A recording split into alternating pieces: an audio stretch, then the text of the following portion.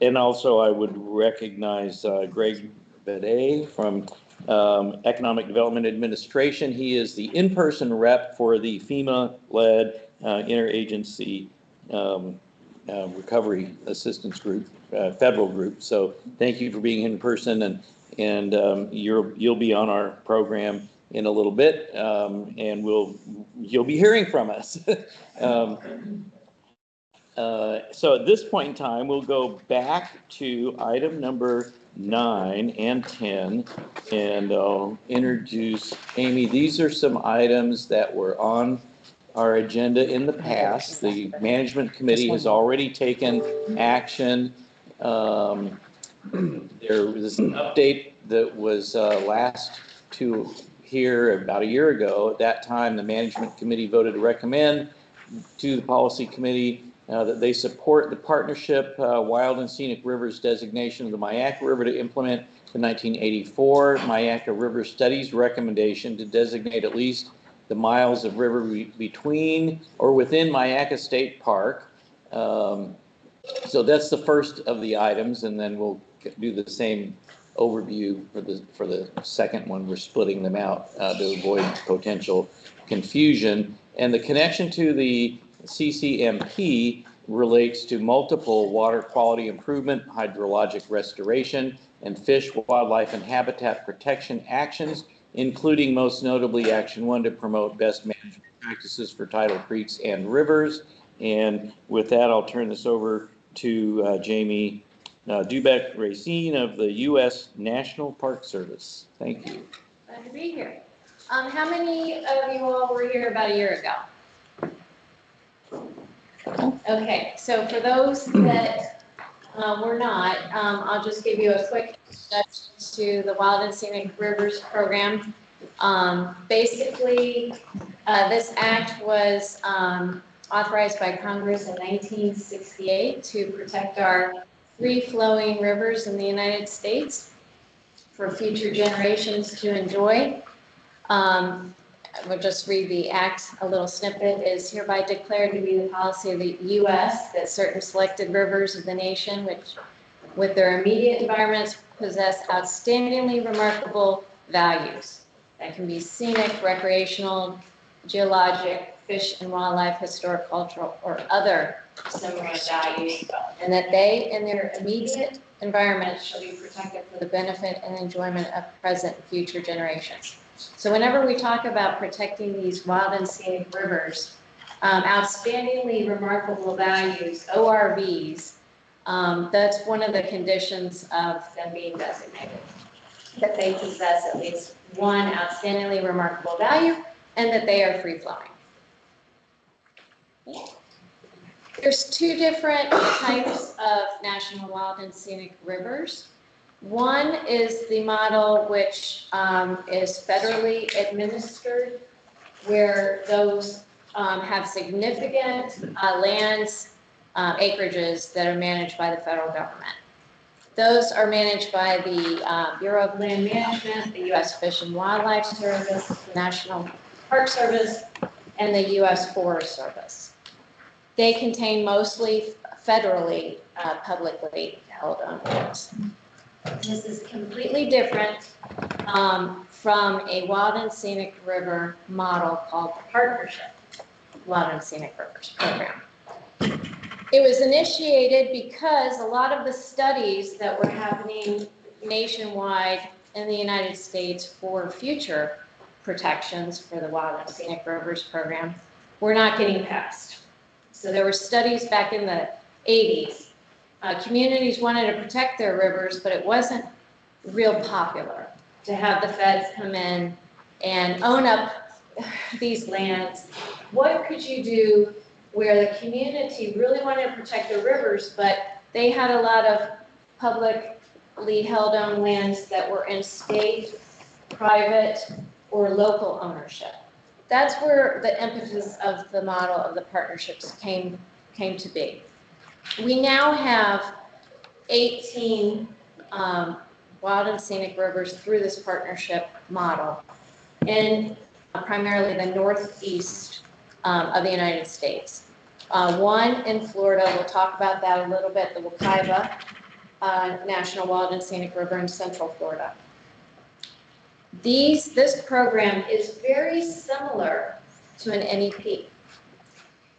Everything is locally controlled, locally and managed, and state. And the feds actually are just there at the table as a partner, providing funding and technical assistance. That's it. We are non-regulatory in nature. And we also try to offer assistance to promote extra added funding to the particular projects that the local communities try to implement. And you can only get that through this designation. So that's some of the differences between the two models. Very important. Okay. Next one. So we talked about some of that no federal ownership of the lands, no NPS rangers. You won't see me in my uniform. No traditional superintendent. It's locally managed and controlled, usually, typically with a very similar management structure as you have right here. With your committee, your management committee, a broad, diverse group of local, state officials representing the different organizations to the collaborative partnership. And basically, NPS is just sitting there as one part of at the table. Again, the publicly held on lands are usually typically controlled through local, state. And the river management plan is always adopted prior to the formal designation. And it lays out that management structure, and it identifies those outstandingly remarkable values. And it's very, again, similar to your comprehensive management plan process. So a lot of similarities to the NEP program, this model of the Partnership Wild and Scenic Rivers program, but we do focus on the river, so not the larger estuary. We have been getting, through this partnership coalition of all of the Partnership Wild and Scenic River citizens organizations throughout the country. Each year, we have been afforded about $200,000 for projects based on the CRMP, which is our Comprehensive River Management Plan. Adding to that, I personally wrote a couple grants last year for the Wekiva, augmenting that with additional $150,000. We tap into resources such as the National Park Foundation, which you can only tap into if you're a designated partnership Wild and Scenic River. And additionally, I've been hitting the FWC Foundation up a lot, and they have been awesome. We're working on an eelgrass study right now in the Wekiva with FWC, and using a consultant called Truda to do high definition stream surveys in the basin. So that's just some of the benefits of the partnership. Okay, next slide. Okay, since a year ago when I was here last, we've had a little bit of movement on the future potential of a partnership designation for the Myakka. Since that time, the Myakka River Coordinating Council had voted to support the Myakka River as becoming designated through the partnership model. Now, what's unique about the Myakka is that they already had a study done in 1985. So that study laid the groundwork for recommendations on why it should become a national wild and scenic river. At the time, the partnership model was just getting started. So it suggested that the Myakka become a state managed wild and scenic river. Well, guess what they did? They did that. With that recommendation from the study, the Myakka was the first and only state designated wild and scenic river in Florida, and it maintains to this day. So not only did you have the NPS study in 1985, then you had an overlay of major protections for the Myakka.